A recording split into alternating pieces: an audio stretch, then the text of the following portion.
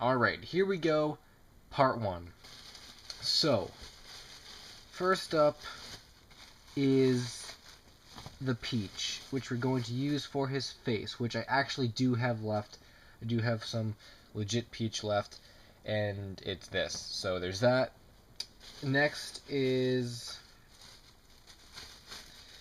the darker yellow, not the neon yellow, but it was this, like what we used for Fox's muzzle and stuff. That's gonna be for the hair. Then I'm not gonna open this green, but there's it's the dark green. Well, not really dark. It's if someone said green to you, it's the one that you'd pick. I know that sounds like a really weird thing to say, but it's not the light one, it's not the dark one, it's just the green one, which I'm not really going to open now because I don't want it to dry out or anything that's really going to. And then the eyes, we're going to need the black and the blue and stuff, but I don't know how exactly I want to do that. I'd rather just kind of sculpt the face first. So that's what we're going to do. Now, I don't know what scale I want to do this in. Part of me says we should do this as big as we can to fit in the most amount of detail and all that stuff, but the other part of me says that we should, or that I should do this small, kind of to keep it reminiscent of, I guess not so much to kind of, keep it reminiscent of the clay tutorials I did 3 years ago that kind of started the whole thing, like the Mario and the Sonic, those original guys, but I felt like when I had smaller areas to work with, they just kind of looked better. So, I don't know. I think for this I was kind of envisioning it to be a little bit smaller, so I'm gonna say maybe like that. Yeah, maybe a little bit bigger. I'll add a little bit of clay there, but I think that's kind of gonna be our size, is small like this. So to start, roll the clay into a circle, and what I'm gonna do is kind of not so much square off the face, but make it a little, a little bit square, not so it's not so much round. And then I'm going to point the chin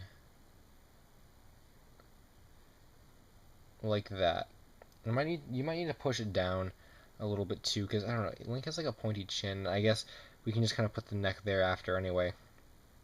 So flat coming to a point, shape like this.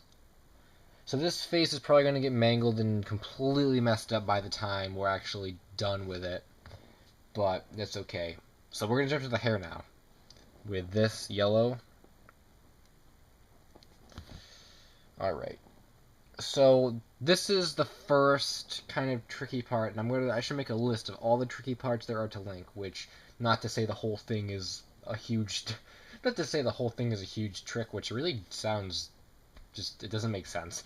But there are certainly some parts of Link that are a lot harder to sculpt than others, the hair being one of them.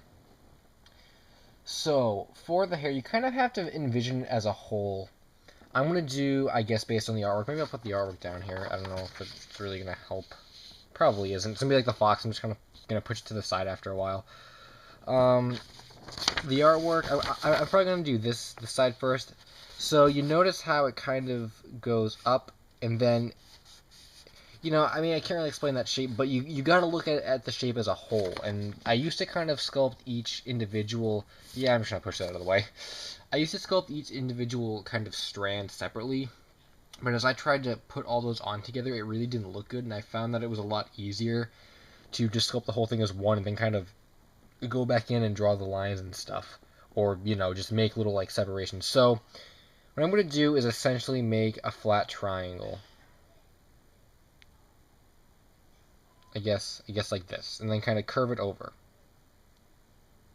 into a point like that. So we're not just going to put it on, or this is way too big, but I mean, we're not just going to put it on, like that. We're going to actually curve it around. So this is a little too big, so I guess we should do that a little bit smaller. So I guess it's kind of almost like a crescent moon shape. I guess that would be an accurate description. So what we want to do is make sure that this end is kind of a lot more pointed than the other. And then find the right side of his head. I mean, the one where the chin is pushed outward, and so you're not working on the back of his head. And now put it kind of right in the middle of his head. Let me just kind of get this a little bit better. Alright, so right in the middle, and then you kind of want to curve it over. See, so it's like that, and then you want to curve it and essentially do that. Now you can kind of squeeze the top, and that creates that little kind of, like indent that his hair has.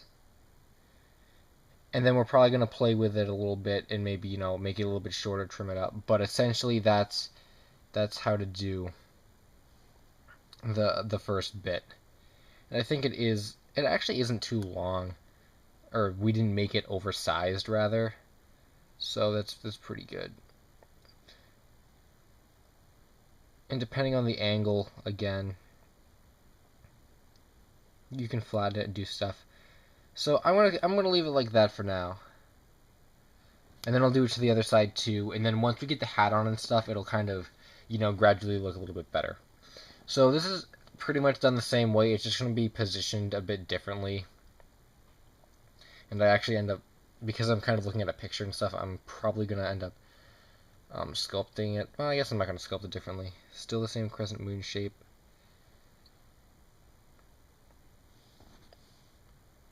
So put it in the same, kind of the same area. And then make sure there's a point at the top. Point at the top. Shift it around.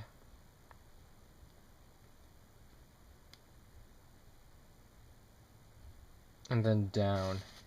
And I'm probably going to be using this thing a lot, and it's kind of like a makeshift tool that I kind of made. I can never really grip the toothpicks too right and stuff, so I think I actually may have used this to help support a clay model when I was cooking it in the oven so it wouldn't fall over. But yeah, I use it as a tool now to kind of either smooth things in or, like carve in detail, so that's what this is. So, we got this so far, in terms of the hair, which I think is pretty good, except I don't know why it's not staying.